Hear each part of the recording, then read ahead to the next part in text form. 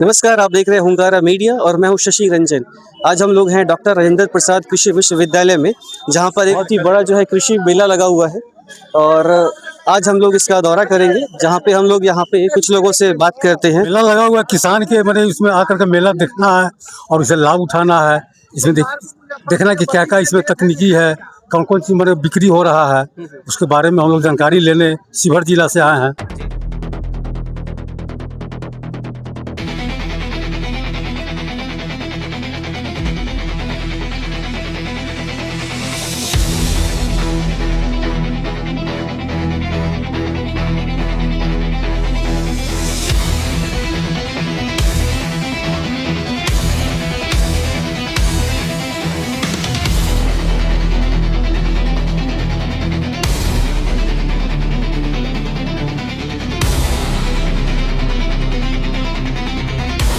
देखिए, बीज आप खरीदिएगा, खेत में अगर नमी नहीं है तो बीज का अंकुरण नहीं हो पाएगा। इसलिए पहला काम जरूर कीजिएगा, खेत जो जुताई कीजिएगा, जुताई के पूर्व उसके पहले खेत में पानी पटवा दीजिएगा। उसके बाद उसको जुताई करा लीजिएगा। नमी रहेगा खेत में, भुरभुरा मिट्टी हो जाएगा, उसमें आपको बुआई करें। जिसमें जाता रहता है उसमें हो सकता है होने के लिए तो आप लगा सकते हैं, लेकिन जो चाहिएगा पपाया का जो छाँव भी थोड़ा पड़ेगा आपको, और फिर जड़ तक जो है सब पौधा अभी लगता चलेगा। अभी पपाया अभी लगता चलेगा। नहीं तो पपाया लगा रहे हैं तो आप उसके बगल में लगा दीजिए। आप बगल में ही ना। हाँ, बगल में। नमस्कार, आप देख रहे हैं हुंकारा मीडिया और मैं हूं शशि रंजन। पूसा कृषि विश्वविद्यालय में 3 दिवसीय किसान मेले का शुभारंभ। नई तकनीकों और नवाचार से रूबरू हुए किसान।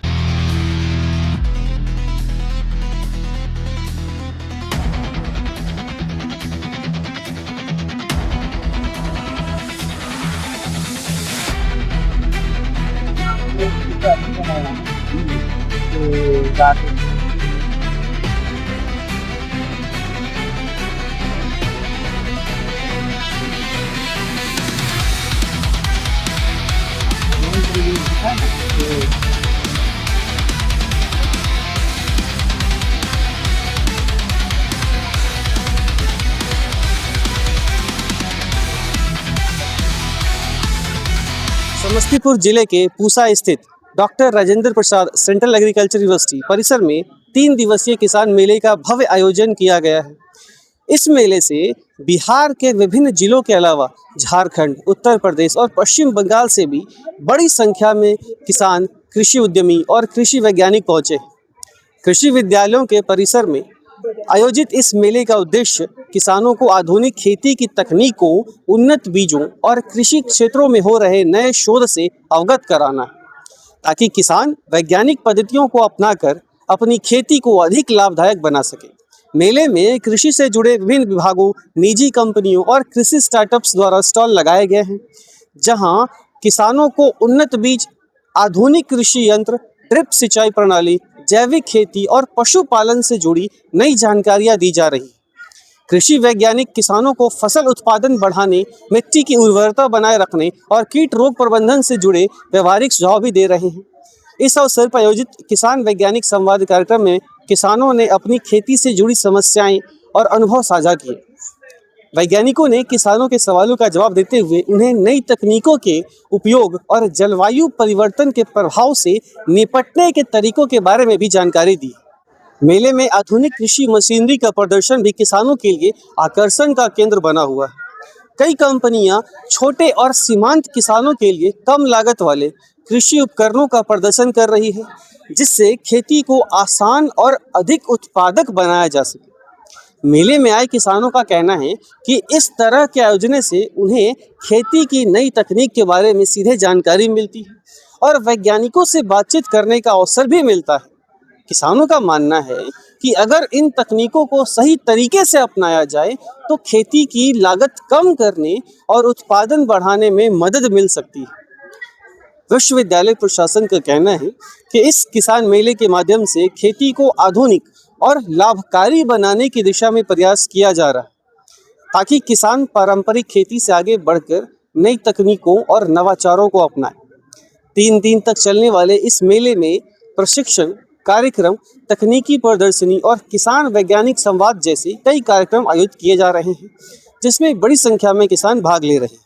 आपसे भी निवेदन है, कल 15 तारीख इसकी आखिरी डेट है। आप सभी इस मेले में आएँ और अपनी जानकारी को बढ़ाएं, खेती की नई नई उन्नत तकनीकों को समझें, वैज्ञानिकों से बात करें, उनसे अपनी जो भी प्रॉब्लम है उनको बताएं और उनका समाधान निकालें। तब तक के लिए नमस्कार। देखते रहिए बिहार की आवाज़ हुंकारा मीडिया। अगर आप हरपुर में रह रहे हैं और आप देख रहे हैं अपने बच्चों के लिए एक बेहतर स्कूल, तो आप सृष्टि प्ले स्कूल में आ सकते हैं, उनकी सुविधाओं को देख सकते हैं। एक बार आप सृष्टि प्ले स्कूल में विजिट कीजिए, उसके बाद आप अपना फैसला लीजिए।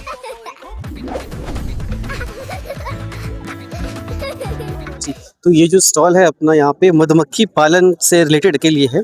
यहाँ पे अगर आप देखें तो लीची हनी हो गया, इसके अलावा यहाँ पे देखें तो जामुन हनी है, तो कई प्रकार के हनी है। इसको लेकर आइए, हम लोग साइंटिस्ट सर से बात करते हैं।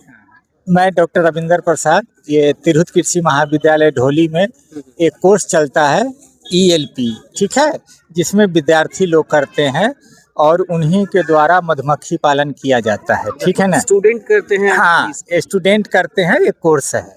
ये स्टॉल है जहाँ पर एक देखिए कई प्रकार के जो अदरक है, राजेंद्र सोनिया है, राजेंद्र सोनाली है, प्रतिभा है, लाकाडोंगा है। इसके अलावा उधर उस तरफ हल्दी का भी कई वैरायटी है, तो आइए जानते हैं इनसे। मैं डॉक्टर AK मिश्रा, हम वैज्ञानिक हैं मसाला के और तिरहुत कृषि महाविद्यालय में हम कार्यरत हैं, जो कि डॉक्टर राजेंद्र प्रसाद केंद्रीय विश्वविद्यालय के अंतर्गत आता है। और हम यहाँ मसाले के ऊपर रिसर्च अनुसंधान कर रहे हैं, जिसमें कि वित्त प्रदत्त होता है Indian institute of special research Calicut Kerala के द्वारा, क्योंकि बिहार में एक ही अनुसंधान सेंटर है पूरे बिहार में, जहाँ की मसाले के ऊपर अनुसंधान होता है और इसका प्रसार होता है। इसमें हम ये बताना चाहेंगे कि हल्दी में हमारे यहाँ के एक प्रभेद है राजेंद्र सोनिया। हाँ, ये प्रभेद न केवल बिहार में ही बहुत ज़्यादा पॉपुलर है, ये प्रभेद इवन जो कि साउथ इंडियन स्टेट्स हैं, दक्षिण भारतीय स्टेट, जो कि हल्दी के लिए उनको माना जाता है, जैसे तेलंगाना हो गया, केरला हो गया, कर्नाटका हो गया, आंध्र प्रदेश हो गया, वहाँ भी किसानों के बीच और डिफरेंट गवर्नमेंट एजेंसी के बीच में ये प्रभेद बहुत ही ज़्यादा प्रचलित है और बहुत ही लोकप्रिय है।